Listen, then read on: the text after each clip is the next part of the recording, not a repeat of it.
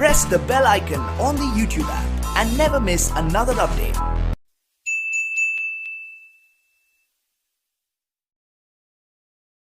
पिछले क्लास में हम जर्नल स्टार्ट किए थे, उसमें हम सब थ्योरी पोर्शन बताए थे, हम उसको एंट्री करके नहीं दिखाए थे। तो हम उसमें बताए थे दो अप्रोच होता है, एक होता है ट्रेडिशनल अप्रोच, एक होता है आपको मॉडर्न अप्रोच। ट्रेडिशनल अप्रोच में जैसे बताए थे personal account, real account, nominal account, और मॉडर्न अप्रोच में हम समझाए थे एसेट्स और लाइबिलिटीज़। तो हम आज जो जर्नल करेंगे वो मॉडर्न अप्रोच के ऊपर चलेंगे। तो इसमें एक बात हम शुरू में स्टूडेंट्स लोग को क्लियर कर देना चाहते हैं कि यहाँ परचेज और सेल दो टर्म्स आएगा। परचेज होगा खरीदना, सेल होगा बेचना। तो परचेज एक्सपेंसेस होता है, सेल इनकम होता है। हम जाएंगे अकाउंटिंग इक्वेशन मेथड में, इसलिए परचेज और सेल दोनों को हम लोग स्टॉक ट्रीट करेंगे और स्टॉक ट्रीट करके जर्नल एंट्री पास करेंगे। तो हम 4 सेट जर्नल लिखे थे, 4 सेट को रूल लिखे थे। जैसे एक सेट था इंक्रीज इन एसेट डेबिट, कोई भी एसेट बढ़ेगा उसको डेबिट कर दीजिए। डिक्रीज इन एसेट्स क्रेडिट, कोई भी एसेट कम होता है उसको क्रेडिट कर दीजिए किसी भी तरह का। दूसरा लिखे थे इंक्रीज इन लाइबिलिटी, अगर कोई भी लाइबिलिटी बढ़ता है उसको क्रेडिट कर दीजिए। डिक्रीज इन लाइबिलिटी, कोई भी लाइबिलिटी घटता है तो उसको डेबिट कर दीजिए। लाइबिलिटी क्या है? जो हमको दूसरे को लौटाना है। तीसरा लिखे थे ऑल एक्सपेंसेस आर डेबिट, जितना भी खर्चा है सबको डेबिट कर दीजिए। और decrease in all incomes and credit, जितना भी इनकम होगा सबको क्या किए? क्रेडिट कर दीजिए। सेट 4 में लिखे थे इंक्रीज इन कैपिटल, अगर कैपिटल बढ़ता है तो उसको क्रेडिट करना पड़ता है। डिक्रीज इन कैपिटल, कैपिटल घटने पर क्या करते हैं? डेबिट करते हैं। ये 4 सेट लिखे थे। तो चलिए एक सेट हम आज लिखे हुए increase in asset debit, decrease in asset credit, इसको स्टार्ट करते हैं। जैसे देखिए एक हम यहाँ लिखते हैं कैश डिपॉजिटेड इनटू बैंक, ये एक ट्रांजैक्शन है बिजनेस का। हम 10,000 रुपये बैंक में डिपॉजिट कर दिए। तो सबसे पहले जैसे ट्रांजैक्शन लिखा हुआ है, सारा स्टूडेंट को क्या करना होगा? इसमें आइडेंटिफाई करना होगा इसमें एसेट कौन कौन सा है। तो देखिए एक एसेट हो गया कैश, हम उस दिन लिखे थे आपका जहाँ पढ़ाए थे पिछले वाला वीडियो में। दूसरा एसेट हो गया बैंक, ठीक है। अगर हम बैंक में 10,000 रुपये जमा करते हैं तो मेरा बैंक अकाउंट में पैसा क्या हो जाएगा? बढ़ जाएगा ना। मेरा बैंक अकाउंट में पैसा बढ़ जाएगा। अब मेरा पॉकेट से कैश क्या होगा? कहाँ चला जाएगा? बैंक पे चला जाएगा। दैट मीन कैश मेरा क्या हो गया? कम हो गया। तो नियम क्या बोल रहा है कि जो एसेट बढ़ा है उसको डेबिट कीजिए। तो चलिए इसको हम लोग डेबिट कर देते हैं। और जो एसेट कम हुआ उसको क्या कीजिए? क्रेडिट कीजिए। तो इसको हम लोग क्रेडिट कर देते हैं। तो एंट्री को किस तरह से लिखेंगे? जिसको डेबिट करना है उसको लिखिए बैंक अकाउंट डेबिट ऊपर में। जिसको डेबिट करना है इस तरह से लिखना है। किसको क्रेडिट करना है? कैश को। क्यों करना है? क्योंकि कम हो गया। तो जिसको क्रेडिट करना है इसको टू कैश बोल के नीचे लिख दीजिए। देखिए जैसे बैंक के साथ जो डेबिट किया उसके बगल में डेबिट लिखना पड़ा है, कैश के बगल में आपको क्रेडिट लिखना नहीं पड़ेगा, क्योंकि टू लिखने से बाय डिफ़ॉल्ट वो क्रेडिट हो जाता है। तो देखिए डेबिट में कितना अमाउंट रहेगा? 10,000, क्रेडिट में कितना होगा? 10,000, है ना। तो यहाँ लिखेंगे being cash deposited into bank. ये जो चीज़ हम लिखें इसको बोलते हैं नरेशन। ये नरेशन क्यों लिखा जाता है? ताकि जो एंट्री हम किए इसका कारण को ये डिस्क्लोज करता है कि ये जो जर्नल हम लिखें इसका कारण क्या है, ठीक है। सिमिलरली हमारे और एक ट्रांजेक्शन लिखते हैं cash withdrew from bank for office use. मानिए ऑफिस यूज़ के लिए बैंक से 2,000 रुपये निकाल लिए। तो इसमें भी आइडेंटिफाई करते हैं। देखिए 2 एसेट है, एक मेरा बैंक एसेट है ना, और एक एसेट है कैश, ठीक है। अगर हम बैंक से 2,000 रुपये निकालेंगे तो नेचुरली मेरे अकाउंट में पैसा क्या हो जाएगा? कम हो जाएगा। जाइए ATM से लगाइए और पैसा निकाल लीजिए, तो बैंक में पैसा क्या होता है? अकाउंट में कम हो जाता है ना। तो जैसे बैंक से पैसा निकालेंगे बैंक का बैलेंस क्या हो जाएगा? कम हो जाएगा। अब मेरे पॉकेट में 2,000 रुपये आ जाएगा, मतलब कैश मेरा पास बढ़ जाएगा। तो नियम क्या बोल रहा है? जो बढ़ा है उसको क्या कीजिए? डेबिट, और जो एसेट कम हुआ उसको क्या कीजिए? क्रेडिट। तो यहाँ किसको डेबिट करना है? कैश को। तो कैश अकाउंट डेबिट। कौन कम हो गया? बैंक।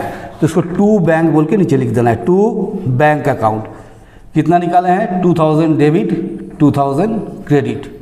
नेचुरल लिखेंगे being cash due from bank. अब आइए यहाँ पर तीसरा और समझते हैं। जैसे हमें लिखते हैं परचेजेस फर्नीचर फॉर कैश। हम 5,000 का फर्नीचर कैश में खरीदे। तो यहाँ पर आइडेंटिफाई करते हैं कौन कौन एसेट है। तो देखिए फर्नीचर मेरा एसेट्स है। क्यों एसेट्स है? क्योंकि चाहते हैं तो इसको चाहेंगे तो भविष्य में इसको हम बेच के पैसा वापस ला सकते हैं। तो ये मेरा एसेट हो गया, और कैश तो एसेट है ही। अगर हम फर्नीचर कैश में खरीदते हैं तो मेरे पास क्या आ रहा है, फर्नीचर आ रहा है, दैट मीन फर्नीचर बढ़ रहा है, तो जो बढ़ गया उसको प्लस साइन दे दीजिए। और पॉकेट से क्या चला जाएगा, कैश, दैट मीन कैश मेरा क्या हो गया, कम हो गया। तो नियम क्या बोले हैं कि जो एसेट बढ़ रहा है उसको डेबिट कर दीजिए, तो आराम से इसको डेबिट कीजिए। आज जो एसेट घट रहा है उसको क्या करेंगे हम लोग, क्रेडिट कर देंगे, इसको क्रेडिट कर देंगे। तो क्या लिखेंगे, फर्नीचर अकाउंट डेबिट, क्योंकि बढ़ रहा है ना, furniture account debit to cash account, being furniture purchase for cash. ये 5000 डेबिट 5000 क्रेडिट। माने ऐसा लिखते हैं, परचेजेस गुड्स फॉर कैश, 10,000 का गुड्स कैश में खरीदे। तो यहाँ समझना है कि गुड्स हम किसको बोलते हैं, बिजनेस में गुड्स उसी को बोला जाता है जिसको हम बेचने के उद्देश्य से खरीदते हैं। मैंने कहीं से हम खरीद के लाए फिर इसको हम बेच देंगे तो उसको हम बोलेंगे गुड्स, ठीक है। तो गुड्स बोल के ऐसे कोई अकाउंट होता नहीं, उसके जगह हम लोग परचेज या सेल का यूज़ करेंगे।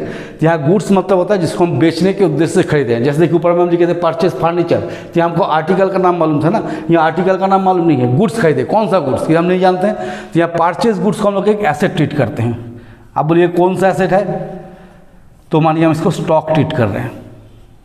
स्टॉक कैसे हो गया, जैसे मानिए हम मेरे पास 5 बैग चीनी है, शुगर है, आज हम गए बाजार से 20 बैग खरीद के लाए, तो मेरे पास कितना बैग हो गया, 25 बैग। मेरा स्टॉक क्या हो गया, बढ़ गया ना। तो जब भी हम परचेस करते हैं मेरा स्टॉक क्या होता है, बढ़ता है। और कैश मेरा क्या है, एसेट है ना, तो जब भी हम खरीद के आएंगे, पैसा दे के आएंगे ना, तो कैश क्या हो जाएगा, कम हो जाएगा। तो नियम क्या बोल रहा है, जो एसेट बढ़ा उसको डेबिट कर दीजिए, जो एसेट कम हुआ उसको क्रेडिट कर दिए। तो यहाँ परचेज गुड्स बढ़ा है तो गुड्स नहीं लिखना है, सिर्फ किसको लिखना है, परचेज को। तो क्या लिखेंगे, purchases account debit to cash account, being goods purchased for cash. ये 10,000 debit 10,000 credit. Sold goods for cash, मानिए 15,000 में हम माल को बेच दिए।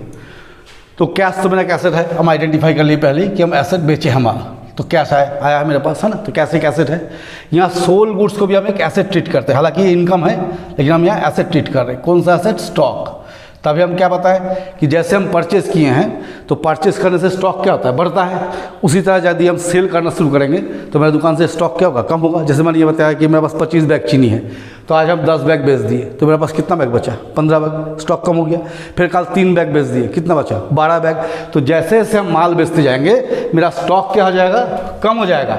अब बदले में हमको क्या मिलेगा, पैसा, रुपया मिलेगा। तो कैश मेरे पास क्या हो जाएगा, बढ़ जाएगा। तो नियम क्या बोल रहा है, जो एसेट बढ़ा उसको डेबिट कर दीजिए, जो एसेट कम हो उसको क्या कीजिए, क्रेडिट। तो किसको डेबिट करना है, कैश को। तो कैश अकाउंट डेबिट। ये जो सोल्ड गुड्स है इसको छोटा करके लिखेंगे sales, to sales account, being goods sold for cash. मानिए एक ट्रांजेक्शन हम और लिखते हैं, sold goods to Ram on credit. Ram को क्रेडिट में हम 6,000 का माल बेच दिए, ठीक है। तो सोल्ड गुड्स, इसको पहले हम आइडेंटिफाई कर लिए, मेरा एसेट है, कौन सा एसेट, स्टॉक, ठीक है। और जब भी आप बेचिएगा स्टॉक क्या होगा, कम हो जाएगा। जब भी आप कोई माल बेचेंगे अब दुकान से स्टॉक क्या होगा, कम होगा। किसको बेचें, राम को। कैसे बेचें, क्रेडिट में, दैट मीन राम हमको पैसा नहीं दिया, राम से पैसा पाएंगे। तो इसके पिछले वीडियो में हम समझाए थे कि 2 चीज़ होता है, एक होता है डेटर्स, एक होता है क्रेडिटर्स। तो डेटर्स किसको बोलते हैं, वो आदमी जिसको बिजनेस उधार में माल बेचता है, या वो आदमी जिससे बिजनेस पैसा पाता है, उसको हम क्या बोलते हैं, डेटर्स। तो हम यहाँ किसको माल बेचे हैं, राम को। मतलब किससे पैसा पाएंगे, राम से पाएंगे ना। तो राम को हम लोग क्या लिखेंगे, डेटर्स। क्या लिखेंगे, डेटर्स। और डेटर्स क्या होता है, एसेट होता है। तो मानिए आज हम राम को माल बेचे उधार में, कितना डेटर है, 1। कल हम बेच दिए मोहन को, कितना हो जाएगा, 2। परसों बेच दिए सोहन को, कितना हो जाएगा, 3। तो जैसे जैसे हम उधार में माल बेचेंगे नंबर ऑफ डेटर मेरा क्या करेगा, इंक्रीज़ करेगा, ठीक है। और दुकान से माल क्या करेगा, डिक्रीज़ करेगा। तो जो इंक्रीज़ कर रहा है उसको क्या करना है, डेबिट, जो डिक्रीज का उसको क्या करना है, क्रेडिट। तो किसके नाम से इंक्रीज हुआ, राम के, तो Ram debit to sales account,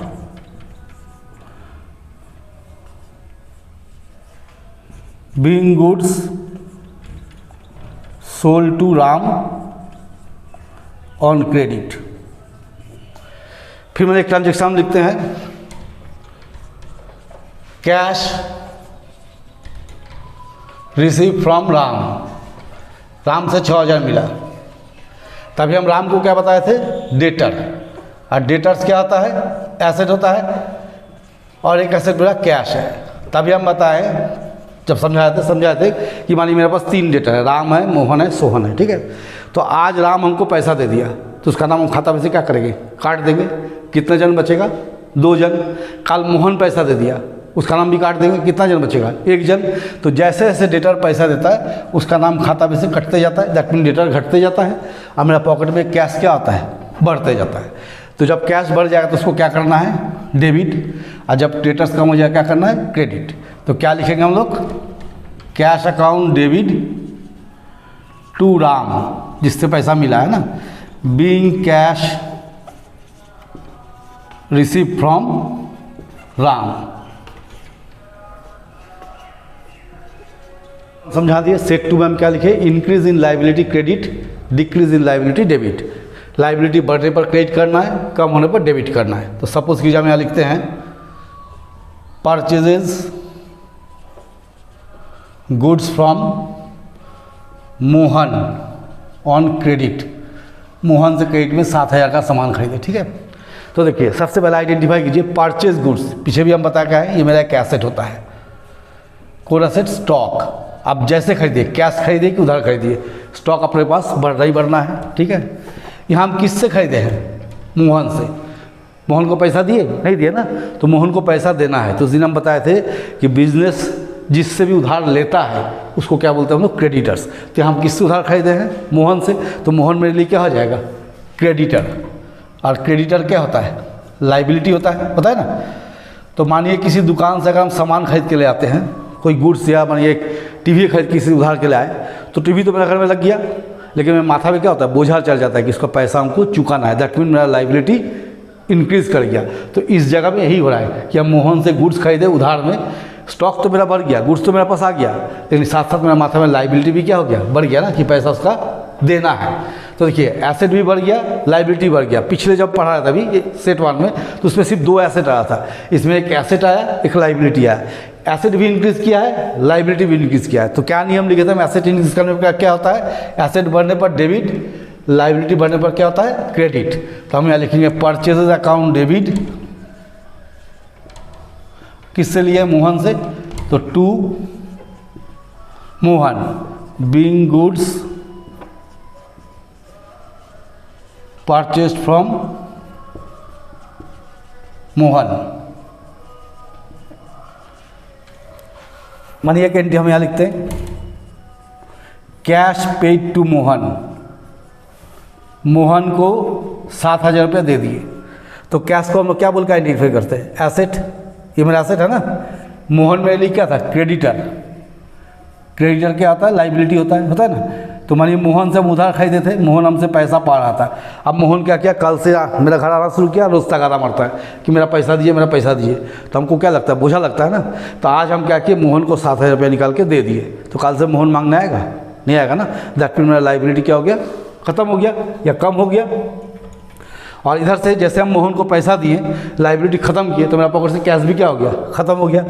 तो एसेट भी कम हो गया और लाइबिलिटी भी कम हो गया। एसेट कम होने पर क्या होता है, क्रेडिट, और लाइबिलिटी कम होने पर क्या होता है, डेबिट। एकदम आसान है, कोई टेंशन वाला चीज़ नहीं इसमें। तो Mohan debit to cash account, being cash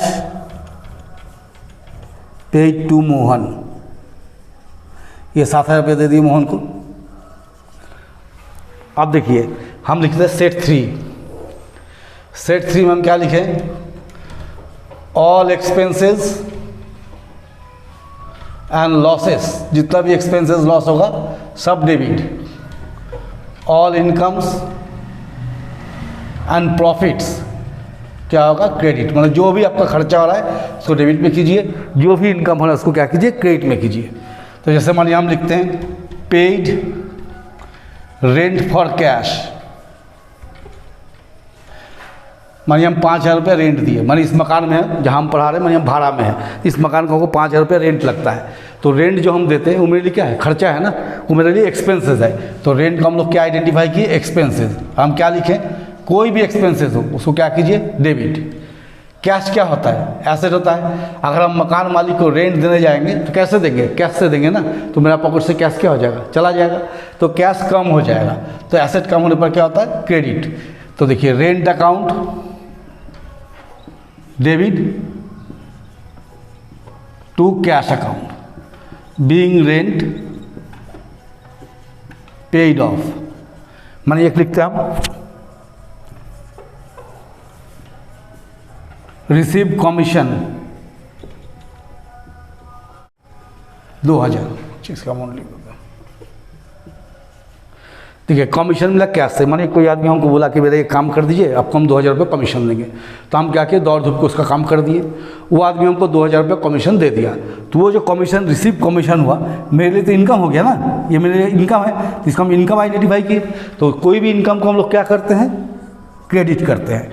और इनकम कैसे आया, कैश से। जैसे वो आदमी हमको कैश देगा, कैश मेरा कैसेट है ना, जैसे हमको 2,000 रुपये कमीशन ऊपर देगा तो मेरा पॉकेट में कमीशन क्या हो जाएगा, बढ़ जाएगा ना। तो कमीशन आ जाएगा तो मेरा कैश क्या हो जाएगा, बढ़ जाएगा। कैश बढ़ने पर क्या होगा, डेबिट। तो क्या लिखेंगे, cash account debit to commission account. तो being commission receive for cash, ये 2,000 डेबिट 2,000 क्रेडिट। सेट 4, इसमें हम क्या लिखे, increase in capital credit, decrease in capital debit, है ना। तो जैसे मान यहाँ लिखे हैं स्टार्टेड बिजनेस विथ कैश, मानिए 1,00,000 रुपया लगा के हम बिजनेस स्टार्ट किए, ठीक है। तो जैसे हम बिजनेस को स्टार्ट करते हैं, बिजनेस में कैश का 2 फॉर्म होता है। एक होता है कैपिटल का फॉर्म, पूंजी, एक होता है एसेट, ठीक है। तो मानिए हम 1,00,000 रुपया बिजनेस में लगाए हैं, तो इससे बिजनेस का कैपिटल क्या होगा, इंक्रीज कर जाएगा ना। मानिए मेरे पास 4,00,000 रुपया कैपिटल है, हम 1,00,000 रुपया और कैपिटल लगा देते हैं तो हमारा बिजनेस का कैपिटल क्या होगा, बढ़ जाएगा।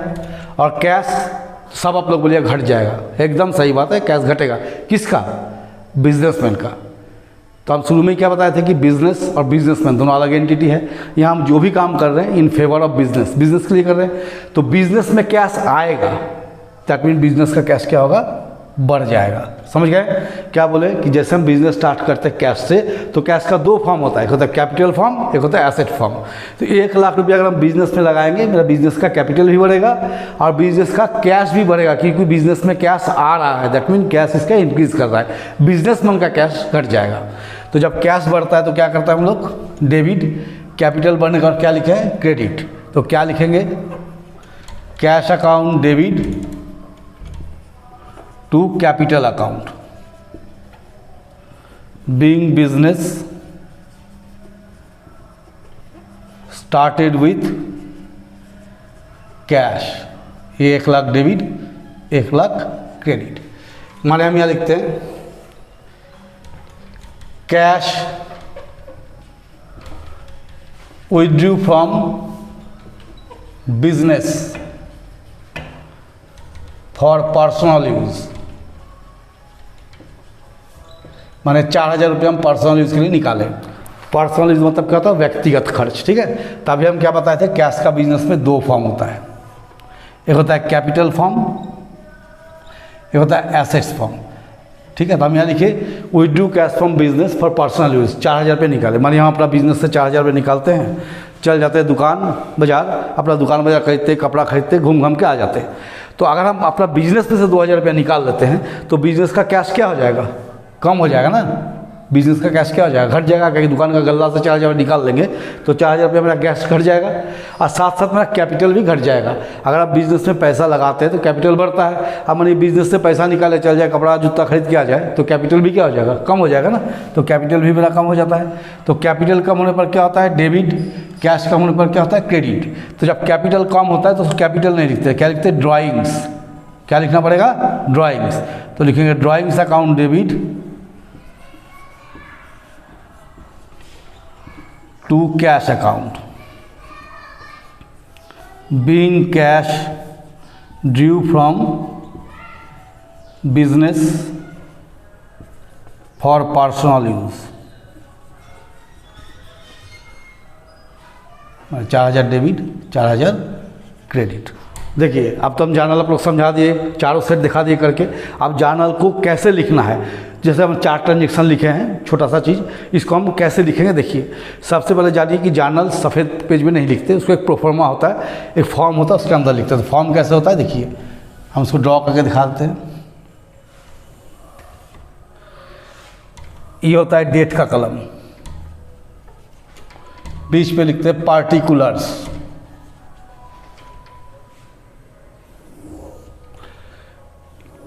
यहाँ लिखते हैं LF, यहाँ लिखते हैं अमाउंट, यहाँ लिखेंगे रुपीज़, ये डेबिट, ये क्रेडिट। ये LF का क्या मतलब होता है, LF का मतलब होता है लेजर फोलियो। ये लेजर फोलियो क्या होता है, लेजर का पेज नंबर। जर्नल से हम लोग लेजर बनाते हैं तो सारा जर्नल के बगल में लिख दिया जाता है कि कितना नंबर पेज में लेजर है, ताकि आसानी से ढूंढा जा सके। ठीक है, तो देखिए जैसे पहला हम लिखिए स्टार्टेड बिजनेस विथ कैश, मानिए 2020 का जनवरी 1 तारीख को स्टार्टेड बिजनेस विथ कैश। तो हम तो बताए एंट्री क्या होगा, तो डायरेक्ट कैसे लिखना पड़ेगा, cash account debit to capital account. Reason हम पीछे समझाया अभी। तो being business started with cash, इसको यहाँ तक ब्लॉक कर देंगे। कितना लगा है, 50,000, या 50,000 डेबिट या 50,000 क्रेडिट। सेकंड क्या लिखे, परचेज फर्नीचर फॉर कैश, तो लिखेंगे फर्नीचर अकाउंट डेबिट